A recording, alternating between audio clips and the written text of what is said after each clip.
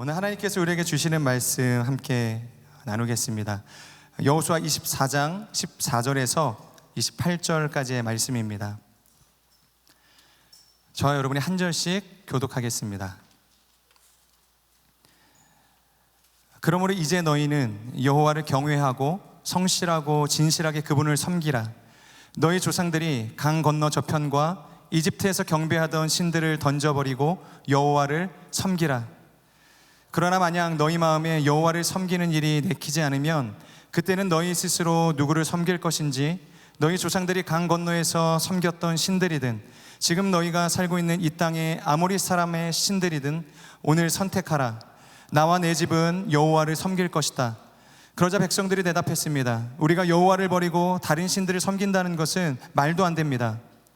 우리와 우리 조상들을 종살이하던 이집트 땅에서 이끌어내시고 우리 눈앞에서 그런 놀라운 표적을 보이신 분은 우리 하나님 여호와이십니다.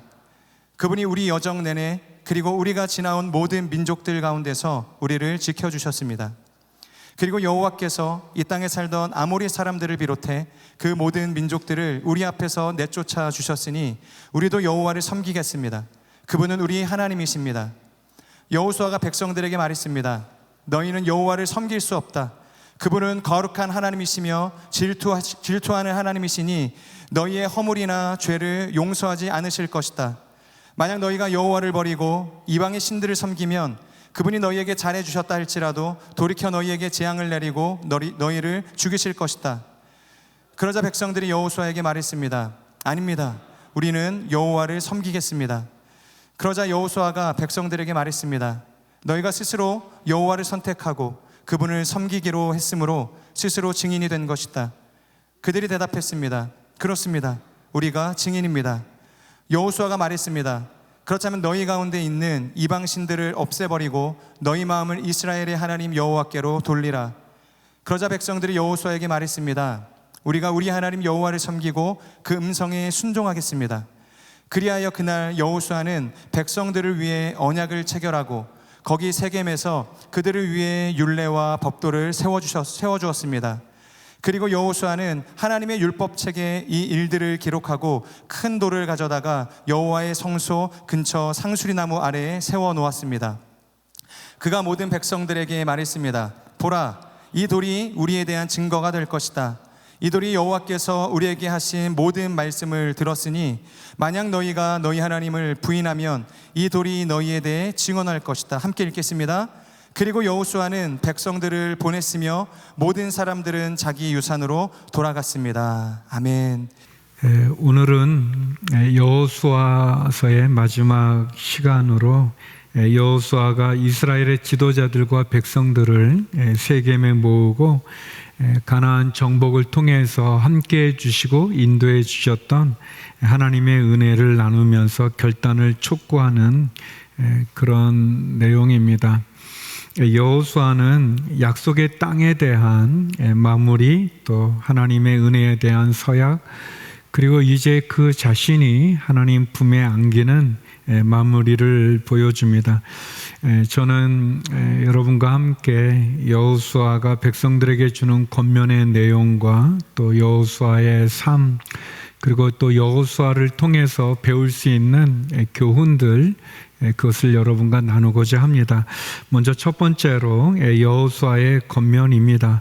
우리 14절 말씀인데요, 같이 한번 읽어보겠습니다. 시작. 그러므로 이제 너희는 여호와를 경외하고 성실하고 진실하게 그분을 섬기라. 너희 조상들이 강 건너 저편과 이집트에서 경배하던 신들을 던져버리고 여호와를 섬기라. 여호수아는 백성들을 세겜이라는 장소에 모으고 우리가 읽은 말씀처럼 하나님을 경외하고 신실하고 진실되게 그분을 섬기라라고 권면합니다. 이 세겜이라는 장소는 좀 상징적인 의미가 있는 곳입니다. 세겜은 아브라함이 하나님의 부르심을 따라서 갈 바를 알지 못했지만 믿음으로 이 세겜에 도착했을 때 하나님께서 이 세겜과 보이는 동서남북을 너와 내 자손에게 주겠다고 했던 약속의 땅이기도 합니다. 그리고 아브라함의 이삭의 아들이었던 야곱이 4명의 부인을 통해서 12아들과 딸 디나와 함께 다시 이 약속의 땅으로 들어오게 될 때 이 세겜이라는 곳에서 딸 디나가 강간을 당하는 어려운 일을 겪게 됩니다. 그때 야곱이 그들이 그동안 섬겼던 모든 우상을 이 세겜에 묻고 베델로 올라가는 그런 회개의 장소이기도 합니다. 또한 가나안 정복 전쟁 가운데 여호수아는 이 세겜에서 다시 한번 하나님이 주신 땅 취하러 가기를 왜 머뭇거리느냐라고 머뭇거리고 있는, 주저하고 있는 이스라엘을 향해서 결단을 촉구했던 그런 장소이기도 합니다. 그리고 오늘 마지막 여호수아 24장에 보게 되면 이 세겜에 요셉의 뼈를 묻음으로 하나님의 언약이, 아브라함에게 주셨던 그 언약이 이제 이스라엘 자손들을 통해서 요셉의 뼈를 세겜에 묻음으로 성취되어지는 그런 영적인 의미가 있는 그런 장소입니다. 여호수아는 이런 세겜에서 두 가지를 권면합니다. 먼저 첫째는 하나님을 진실하게 섬기라고 권면합니다. 하나님을 진실하게 섬기라. 그 하나님은 어떤 하나님인가? 은혜를 베풀어 주셨고 홍해를 가르게 하셨고 가나안을 정복하게 하신 그 하나님을 기억하며 그 하나님을 경외하고 하나님을 성실하게 섬기며 진실하게 대하라고 이야기합니다. 11절에서 13절을 보게 되면 이 하나님은 어떤 분이냐면 이스라엘로 승리하게 하여 주신 분이고 왕벌을 먼저 보내어 이기게 해 주시고 심지 않은 곳에서 먹게 해 주셨던 그런 분들입니다. 하나님을 진실하게 섬기라.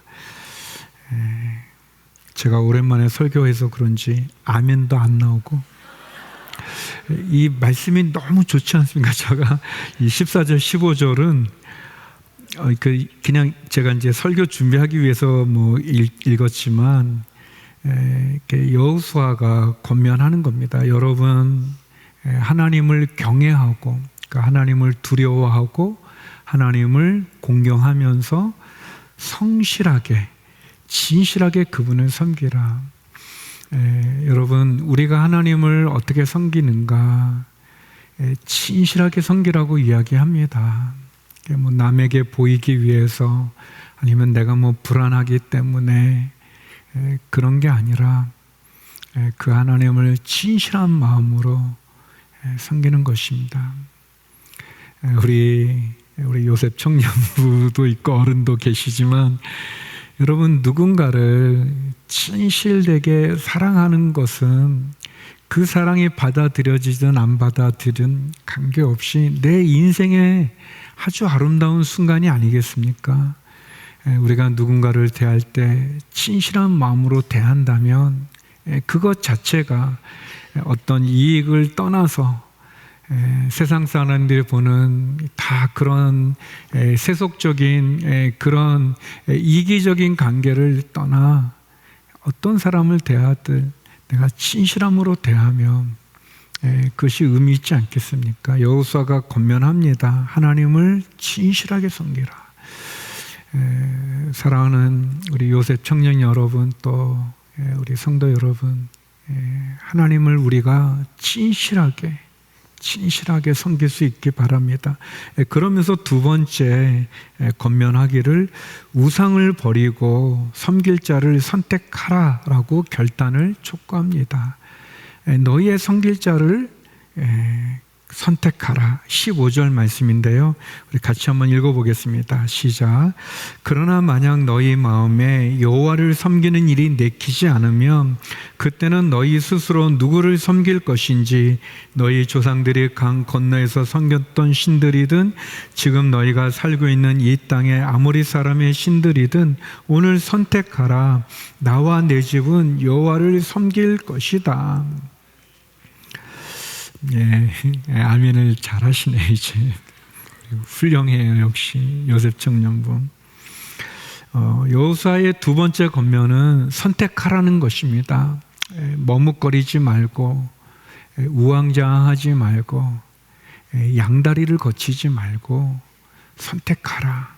하나님을 선택하든지 아니면 너희가 강 저편에 섬겼던 이집트에서 섬겼던 그 신들을 섬기든지 아니면 이 땅에 있는 아모리 사람들이 섬기는 신을 섬기든지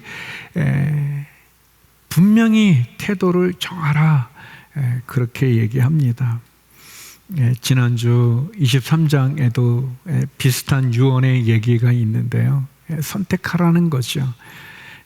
제가 어른 예배였지만 그런 말 했는데 여러분 결혼은 누가 하는가?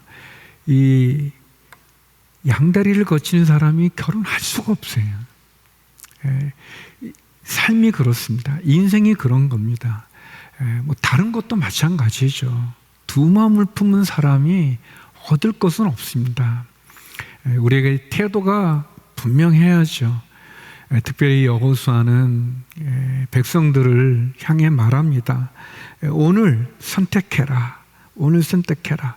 오늘 결단하라는 거예요. 또 다음으로 미루지 말고 오늘 지금 선택하라. 그렇게 얘기합니다.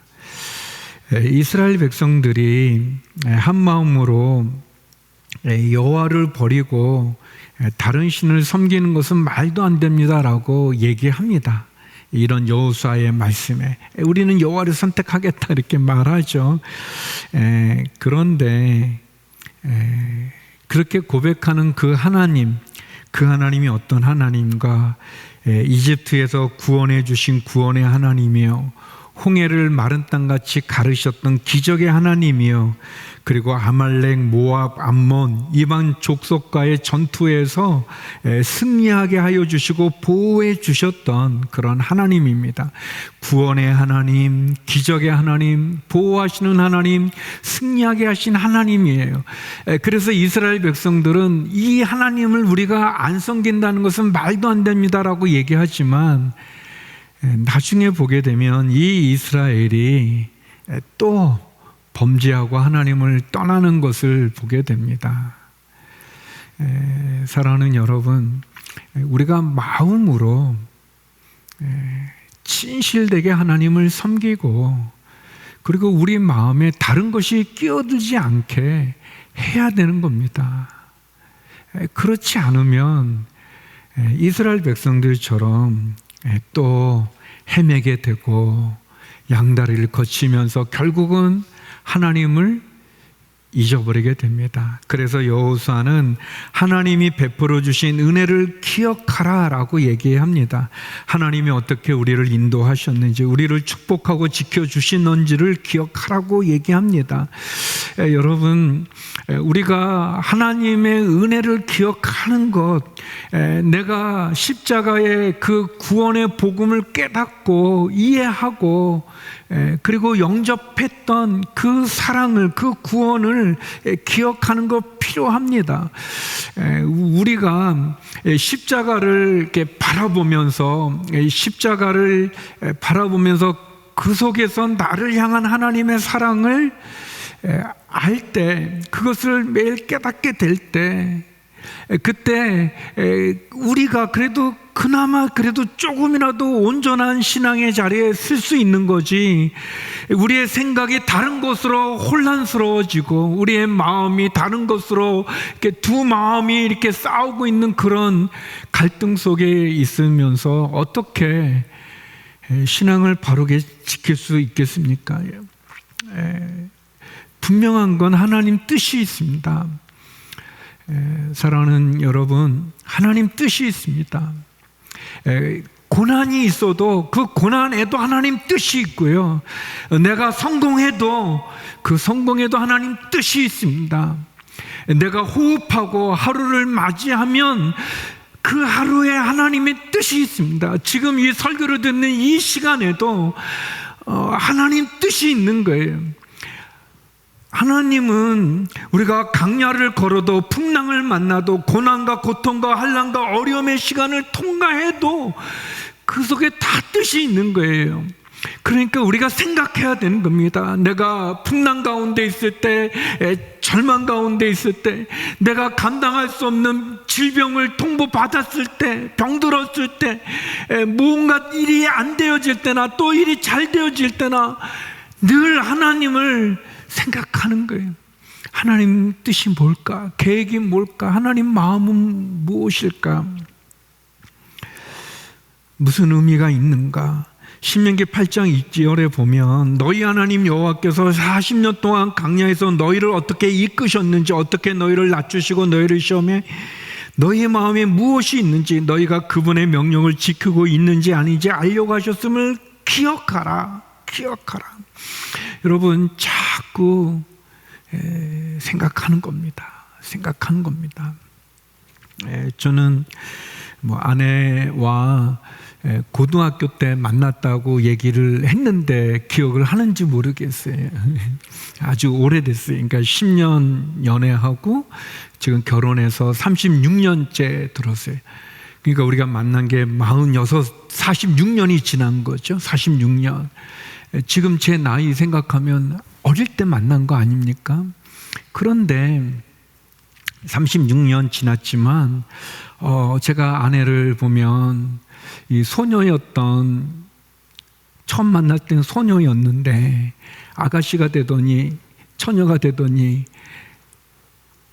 엄마가 되더니 지금은 할머니가 제 앞에 있어요. 근데 제가 생각하는 거예요. 아내를 처음 만났을 때, 그때 게임하다가 아무튼 눈이 맞았는데 그때를 생각하면, 그리고 처음 좀 너무 저간 얘기지만 아무튼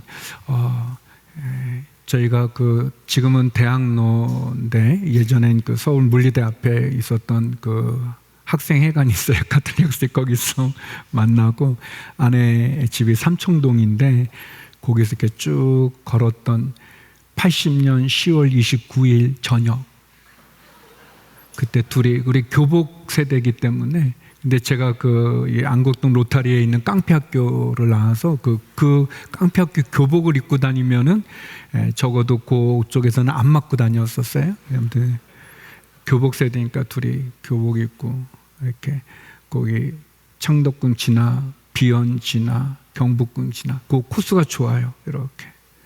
그래서 삼청동에 바래다 주고 집으로 올 때 그 말할 수 없는, 지금 생각해 보면 그 고등학교 2학년이 뭘 알겠어요. 그런데 온 세상을 가진 것 같은,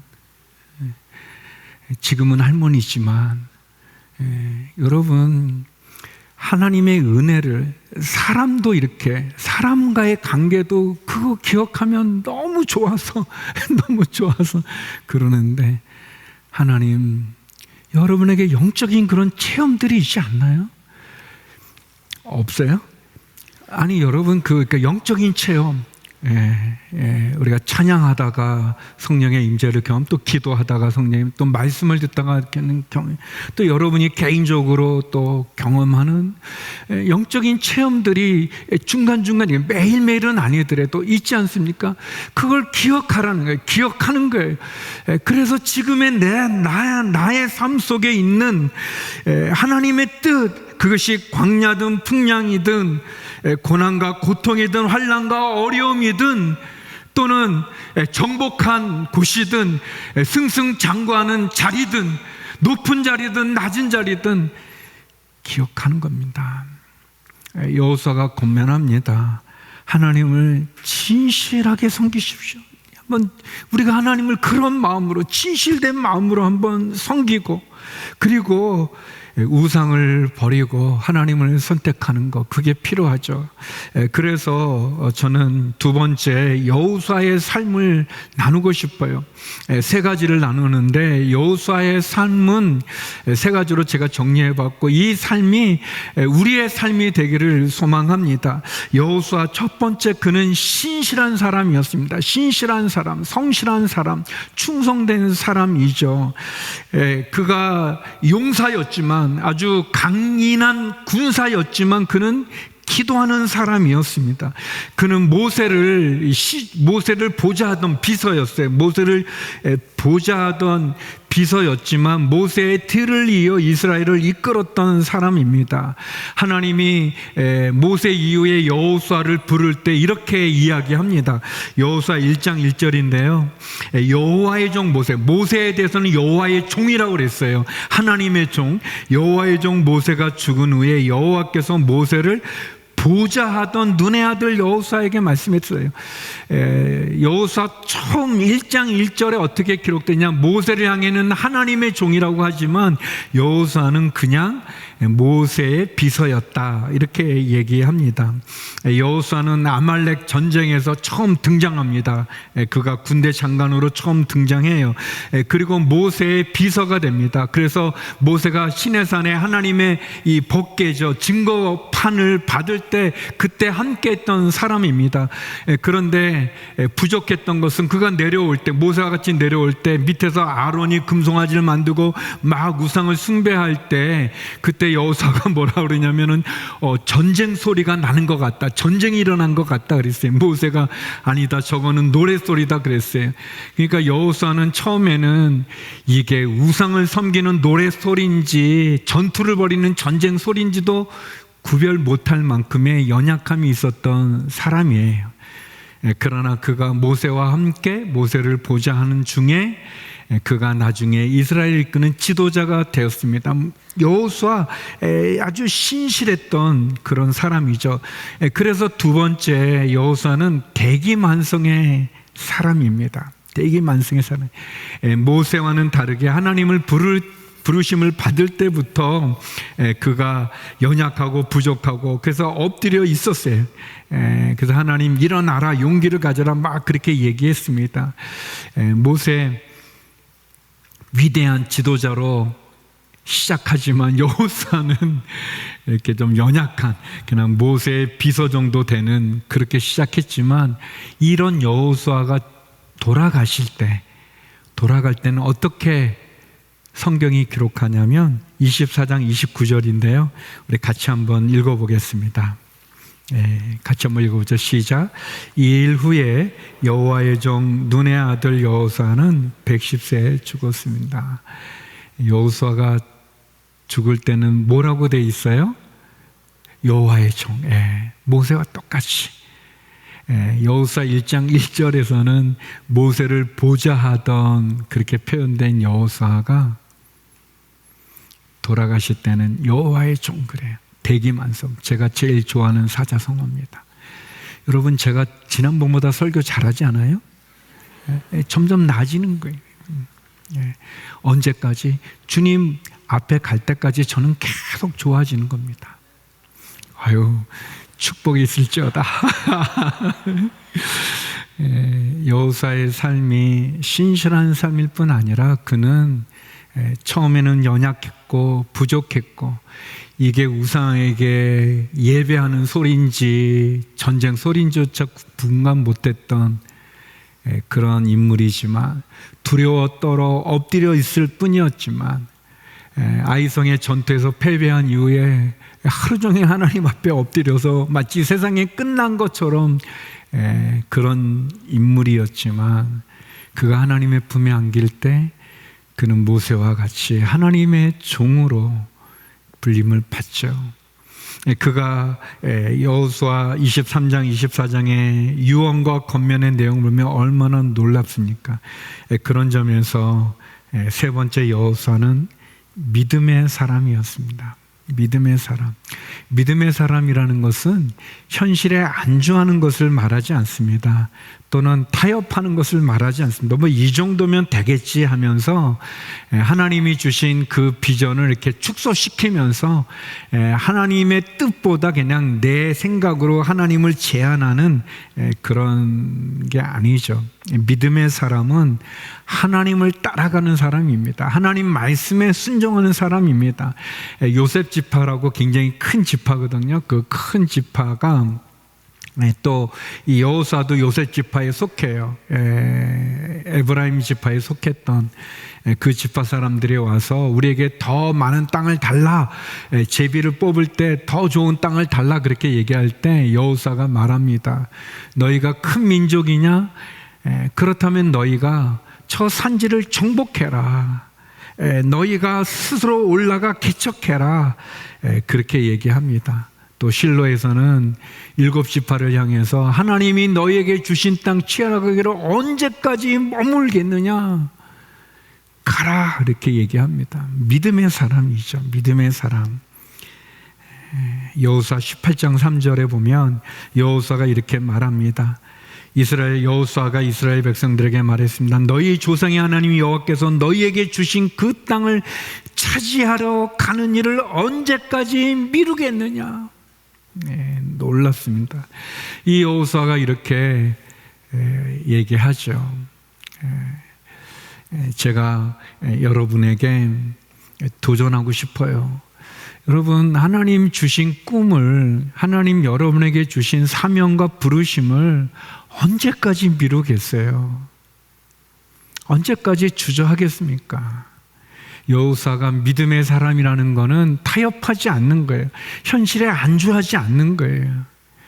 하나님이 끝이 아니라고 그러면 아직 끝난 게 아닙니다. 사람들이 너는 안 돼, 그 사람이 우리의 운명을 좌지우지하는 게 아닙니다. 영향은 있겠죠. 그러나 그 사람이 내 운명을 좌지우지할 수 없는 것은 그 사람이 내 영혼의 주인이 아니기 때문에 그렇습니다. 내 삶의 주인이 하나님이신데 그 하나님이 가라면 가는 겁니다. 그게 믿음의 사람인 거죠. 여러분, 이게 될 것 같으면 하고 안 될 것 같으면 안 하고, 그것을 우리는 믿음의 결단이라고 말하지 않는 거죠. 기적이라는 게 그냥 될 것이 된 것을 우리가 기적이라고 말하지는 않잖아요. 안 될 건데, 할 수 없는데 그게 되고 그걸 하는 것을 볼 때 야, 이것은 기적이다 말하는 거 아니겠습니까? 아까 말했던 우리 삶 속에, 우리 신앙 속에 영적인 어떤 체험이 있어야 되는 것처럼, 그래도 적어도 우리 삶 속에 하나님이 내게 베푼 기적은 좀 있어야 되지 않겠습니까? 우리의 삶에 기적이 일어나야 되지 않겠습니까? 그 기적은 어떻게 일어나는가? 믿음의 사람들이 일어나는 거예요.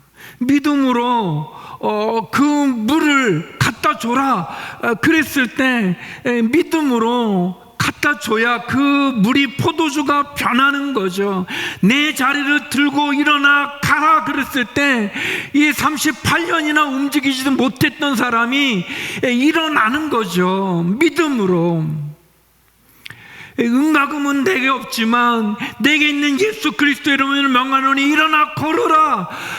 베드로와 요한이 안진뱅이, 나면서부터 걷지 못했던 그 40의 안진뱅이를 끌어올릴 때 기적이 일어나는 거죠. 기적은 그냥 일어나는 게 아니라 믿음이 있어야 되는 겁니다. 믿음. 여호수아 신실한 사람, 그는 모세에게 충성했고 하나님에게 충성했던, 또 처음보다 나중에 더 나은 위대한 사람, 대기만성의 사람, 무엇보다 믿음의 사람. 믿음으로 요단강도 건너고, 믿음으로 여리고성도 무너뜨리고, 믿음으로 해와 달도 멈추게 하고, 믿음으로 요셉의 뼈를 세겜에 묻고, 믿음으로 백성들에게 결단을 촉구한 그런 분입니다. 우리의 삶이 하나님을 향하여 신실한 충성된 사람이 되기를 주의 이름으로 축원합니다. 그리고 저와 여러분이 처음보다 나중에 난 대기만성의 인생이 되기를 주의 이름으로 축원합니다. 그리고 무엇보다 우리의 삶에 기적을 경험하는 그런 믿음의 사람이 되기를 주의 이름으로 축원합니다. 아멘한 그 아멘대로 이루어지기를 소망합니다. 이렇게 따져서 하는 게 아니라 그냥 믿음으로 가는 거죠. 하나님, 그런 사람, 어린아이와 같은 사람 믿고 따르는 그런 우리가 필요합니다. 그래서 마지막 세 번째, 여호수아가 우리에게 주는 교훈을 두 가지로 여러분과 나누고 싶습니다. 우리 여호수아 1장 2절 말씀을 먼저 읽겠습니다. 시작. 내 종 모세가 죽었으니 너와 이 모든 백성들은 이제 일어나 이 강을 건너 내가 이스라엘 백성들에게 주는 땅으로 가거라. 여호수아 전체를 통해 제가 두 가지를 나누고 싶은 건데요, 여호수아의 삶을 통해서 받는 교훈이기도 하죠. 여호수아는 어떻게 시작이 되는가? 약속의 땅이 있다라는 겁니다.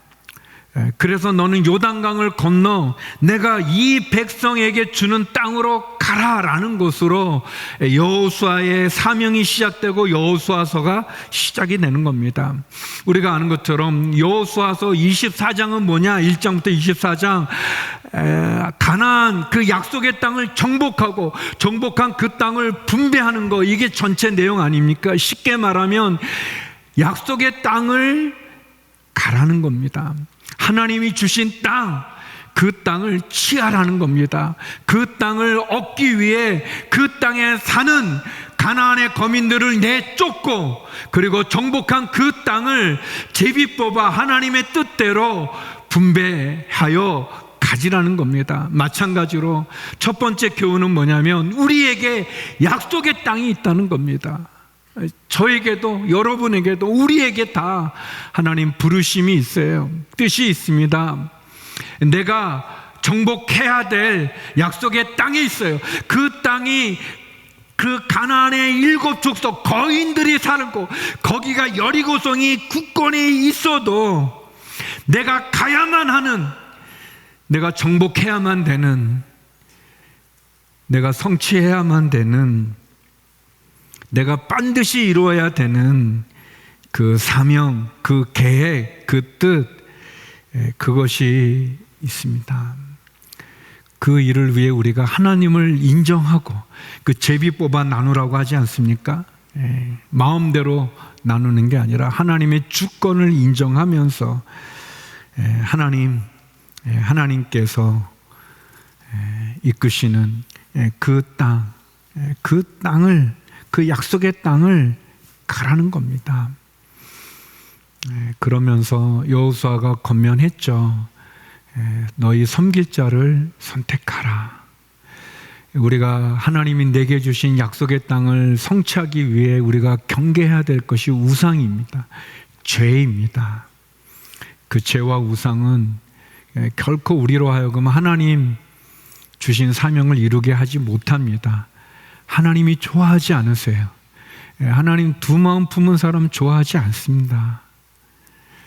출애굽기 34장 14절에 보면 이런 말씀이 있습니다. 다른 어떤 신에게도 경배하지 말라. 여호와 내 이름은 질투니 나는 질투의 하나님이다. 질투의 하나님이다. 사랑하는 우리 요셉 청년 여러분, 성도 여러분, 우리가 머뭇거려서 안 되죠. 두 마음 품어서 안 됩니다. 또 하나님 주신 그 약속의 땅 취하는 거 자꾸 미루어도 안 돼요. 도망가도 안 되고 이런저런 핑계로 회피해도 안 됩니다. 그냥 믿음으로 가는 거예요. 그냥 가는 겁니다. 말씀을 붙잡고 가는 겁니다. 제가 이렇게 여기 보이지 않겠지만 여기다 별표를 내는, 그냥 가는 거다. 여러분, 너무 많은 걸 따지지 마시고 재지 마시고 믿음으로 가는 거예요. 말씀 붙잡고 가는 겁니다. 여호수아와 이스라엘 백성들이 그 무기가 뛰어나서 가나안 사람들을 이겼겠습니까?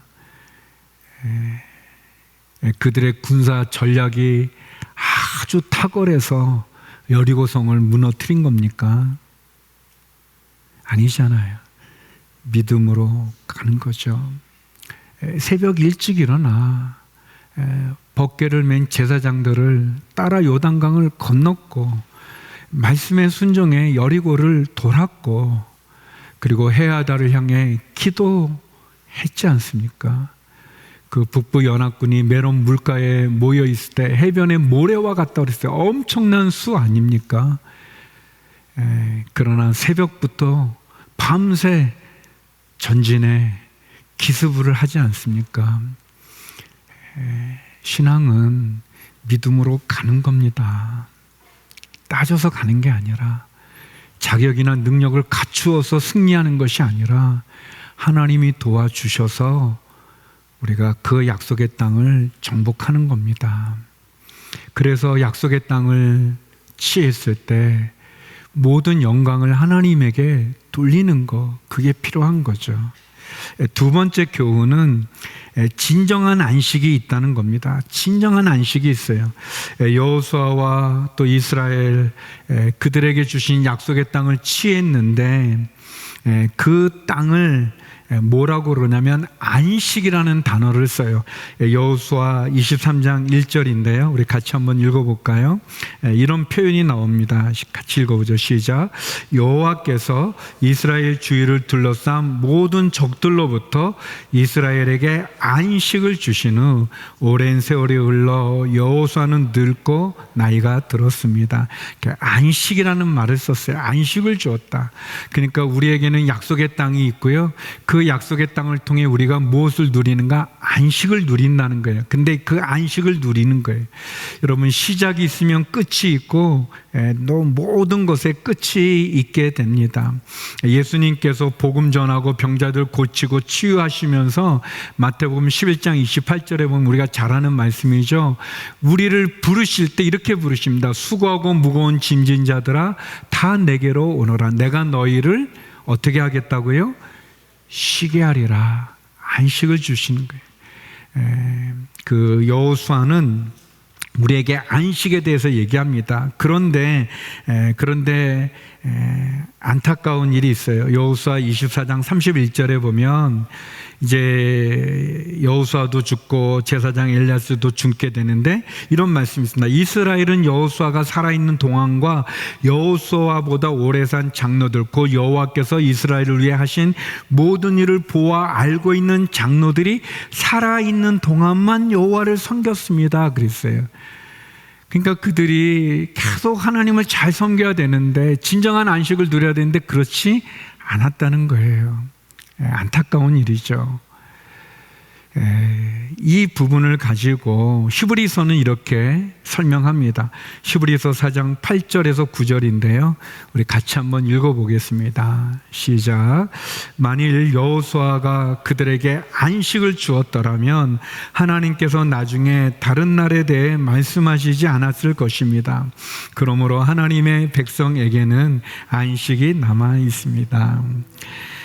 여러분, 여호수아, 예수아라는 말인데 그게 예수, 우리 예수님 같은 말이에요. 여호수아는 예수님과 같은 이름을 써요. 여호수아를 통해서 안식을 줬지만 그러나 그들이 변해요. 또 못해요. 그래서 히브리 기자는 우리들에게 여호수아를 통해 안식을 주지만 그 안식은 불완전한 안식이었다. 하나님께서 진정한 안식을 우리들을 위해 예배해 놓으셨다. 누구를 통해? 예수님을 통해. 여호수아는 예수님의 예표예요. 그림자와 같은 거예요. 보여주는 겁니다. 우리의 선장 되신 예수님과 함께 우리가 돌아가야 될 영원한 항구, 영원한 안식 있는 본향을 향해 가는 순례자의 길을 우리들에게 이야기합니다. 사랑하는 여러분, 멈출 수 없는, 포기할 수 없는, 절망할 수 없는 그런 모습을 우리가 지금까지 나누었습니다. 우리에게 건너가야 될 요단강도 있고 무너뜨려야 될 여리고도 있고 정복해야 될 가나안의 7 족속이 우리 앞에 있지만 하나님이 우리와 함께 할 때 그들은 우리의 밥일 뿐입니다. 우리에게 주신 약속의 땅, 우리에게 진정한 안식을 주실 예수 그리스도, 우리가 그분을 바라보면서 우리가 함께 나가기를 원합니다. 믿음으로 가는 겁니다. 우리 같이 기도하겠습니다. 우리 함께 기도할 때 하나님, 여호수아서를 통해서 또 여호수아를 통해서 이제 우리 안에 있는 우상을 제거하고 하나님의 은혜를 기억하며 하나님을 섬기는 결단을 하게 하여 주시옵소서. 결단의 오늘이 되게 하여 주시옵소서. 더 이상 미루지 않고 머뭇거리지 않고 양다리를 거치지 않고 하나님을 향해 우리의 영원한 구주 되신 예수 그리스도를 바라보며 믿음으로 주께서 주신 땅 취하러 가기를 머뭇거리지 않고 전진해 나가는, 믿음으로 나가는 저의 삶이 되게 하여 주시옵소서. 우리 다 같이 주의 한번 부르짖고 기도하며 나가겠습니다. 주여!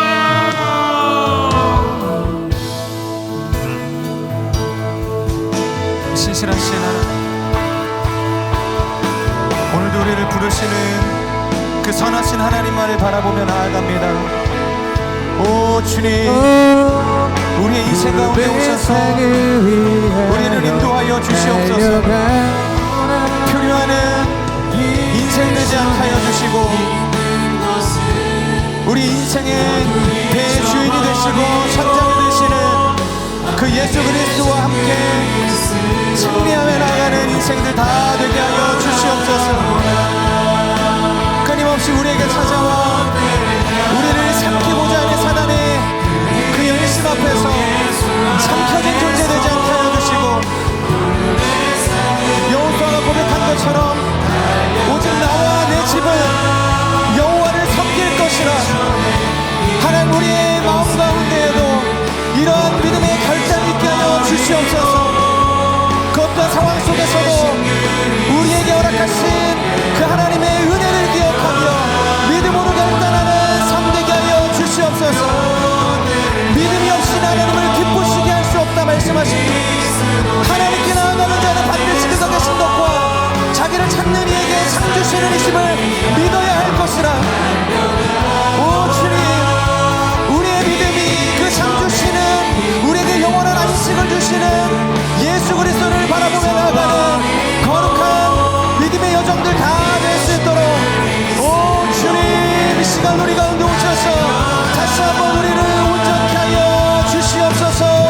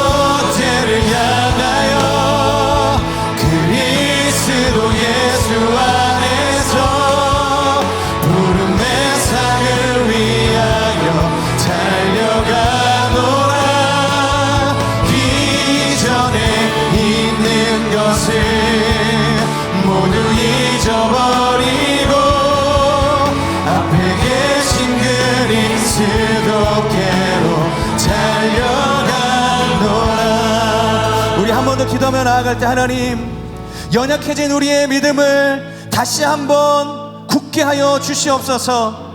우리의 믿음의 주 되신 예수 그리스도 앞에 다시 한번 연약해진 우리의 삶을 올려드리는 인생들 되게 하여 주시옵소서. 지금도 우는 사자와 같이 삼킬 자를 찾아 헤매는 그 사단에게 삼켜진 존재가 되지 않게 하여 주시고, 오직 여호수아와 같이 나와 내 집은 하나님만을 섬길 것이라, 여호와를 섬길 것이라, 그 믿음의 결단과 선언으로 자신의 삶을 하나님께 올려드리는 것처럼 하나님, 다시 한번 우리의 삶을 주 앞에 결단하며 올려드립니다. 주님이 우리의 인생의 주인이 되어 주시옵소서. 주님이 우리의 인생의 선장이 되어 주시옵소서. 표류하듯 흘러가는 인생 되지 않게 하여 주시고 표대 되어 주시는 예수 그리스도와 동행하며 하나님이 주시는 영원한 안식 가운데로 나아가는 은혜의 삶 되게 하여 주시옵소서. 우리 다시 한번 우리의 삶을 주 앞에 올려드리며 주여 선포하며 기도하며 나아갑시다. 주여,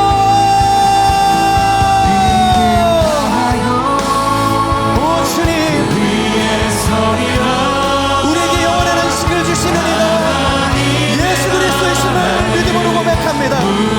모세도 죽고 결국엔 여호수아도 그 백심의 나이를 넘기지 못하고 죽게 되어집니다. 하나님의 인생은 하나님의 한계가 있고 우리가 얻어낸 모든 것에는 하나님 한계가 있습니다. 여호수아가 준 안식의 한계가 있습니다. 모세가 준 승리의 한계가 있습니다. 그렇기 때문에 우리가 누구를 바라야 하는가? 우리의 유일한 평대가 되시는 예수 그리스도만을 바라보며 나가는 인생들 되게 하여 주시옵소서.